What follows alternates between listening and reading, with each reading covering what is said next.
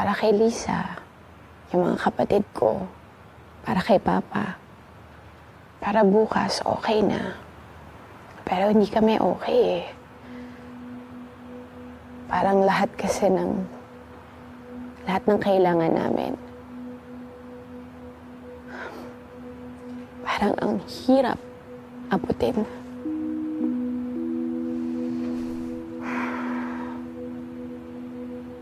Nakakapagod.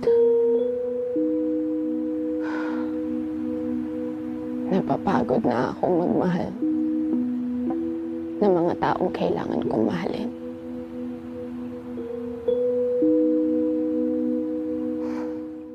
Irene Villamore's Sid Aya begins with an overhead shot of intersections, which will become one of the film's visual motifs, because it is in these crosswalks and intersections where people meet, sometimes fleetingly, sometimes once, then never again. It shares its DNA with a lot of other films, and today I'll be talking about one film in particular that resonates with it the most, the 1996 Peter Chan film Comrades, Almost a Love Story. In Sid Aya, Sid works as a stockbroker. He's nearing the top of the financial food chain, often screwing over co-workers for his own gain. When he meets Aya, he approaches her on similar terms. He offers her money in exchange for her companionship. But Aya has her own wants and needs, and she's playing the game too for her own reasons. In Comrades, Xiaojun is a naive mainlander from the countryside who goes to Hong Kong for more financial opportunities. He meets Li Chao, another mainlander who uses her knowledge of Cantonese and her savvy to take advantage of naive mainlanders like Xiaojun. They form a bond and soon fall in love. However, that love is tested by circumstance. In both films, everyone involved has obligations, romantic or not, towards someone else. Xiaojun and Sid both have girlfriends or significant others, while Li Chao and Aya both work for their families, the latter even more so. In fact, Aya's filial obligations make up a lot of her motivations. It's evident as Sid and Aya's relationship grows that they are constrained by their different socio-economic backgrounds, which inform their viewpoints and life decisions.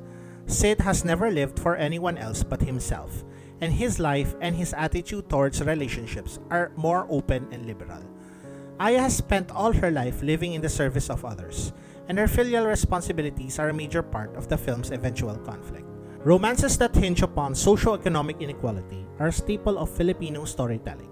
It would be a hard task to count the number of local romantic stories involving a rich person marrying someone born from poverty. But Sid Aya is one of the few works of fiction that grounds that notion in reality, eschewing the fantasy wish fulfillment treatment. Their ultimate decisions and their character arcs are more realistic and relatable as a result, at least to a certain extent. In both instances, the relationship is transactional in nature. One party gives to receive something in return. What results is not quite a love story, but the means to get to something like it. And the last act of both films displaces both characters in an unfamiliar place, symbolic of the growing disconnect in their relationship born from their respective life situations. But here is where the two films diverge in terms of what they represent.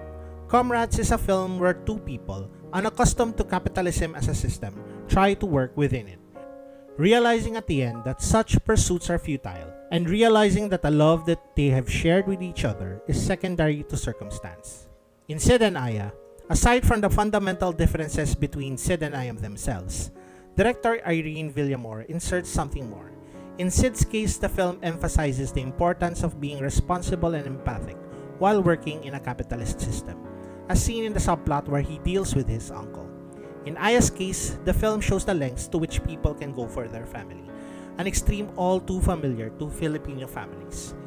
Such extreme filial obligation gives way to a loss of identity, which Aya relates to us in this crucial scene.